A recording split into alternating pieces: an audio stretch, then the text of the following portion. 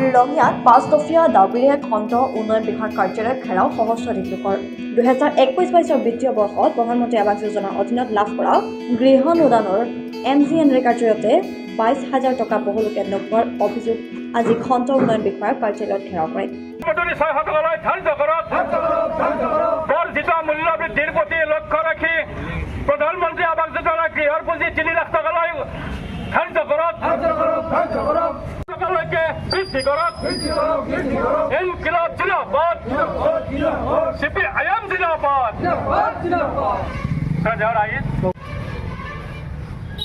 ভাৰতৰ communist party মাৰ্ক্সবাদী পশ্চিম বংগ আঞ্চলিক কমিটি প্ৰতি মাননীয় উন্নয়ন বিষয়া ৰঙিয়া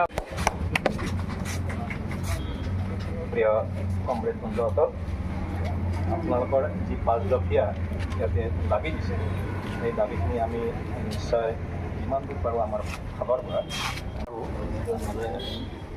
এইটো যাতে আপোনালোকৰ দাবীবিলাক ঠিকমতে আমি কৰি দিব পাৰোঁ তাৰ কাৰণে আমি এইখিনি প্ৰচেষ্টা হাতত লওঁ।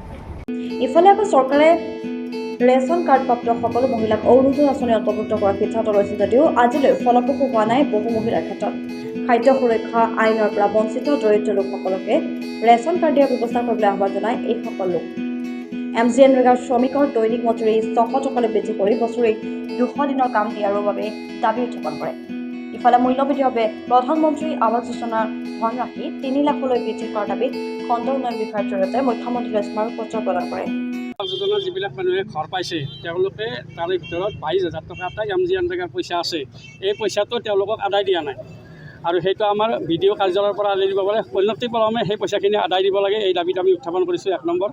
তাৰপিছত আৰু এটা দাবী কৈছে আমাৰ মুখ্যমন্ত্ৰী মহোদয়ে কৈছিল যে ৰেচন কাৰ্ড থকা প্ৰতিটো পৰিয়ালৰে একোগৰাকী মহিলাক অৰুণোদয় আঁচনিত সামৰি ল'ব, কিন্তু তেওঁলোকে সেই কামটো এতিয়া কৰা নাই। গতিকে আমি যাৰ ৰেচন কাৰ্ড আছে প্ৰতিটো পৰিয়ালকে এগৰাকী মহিলাক যাতে অৰুণোদয় আঁচনিত সামৰি লয় এই দাবীটো আমি উত্থাপন কৰিছোঁ।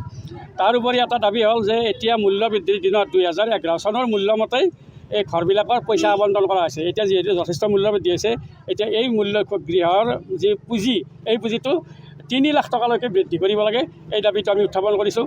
তাৰোপৰি MGNৰেগাত আগতে 100 দিনৰ কামৰ কথা আছিল, যদিও 100 দিনৰ কামো নাপায়।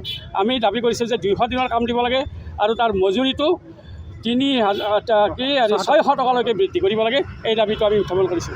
মূলতঃ এইকেইটা দাবীক লৈ আজি আমি এই বিক্ষোভ কাৰ্যসূচী অনুষ্ঠিত কৰিছোঁ। পশ্চিম বংগ CPIMৰ আঞ্চলিক কমিটিৰ উদ্যোগত ইয়াতে 4খন পঞ্চায়তৰ প্ৰতিনিধিত্বমূলকভাৱে উপস্থিত আছে।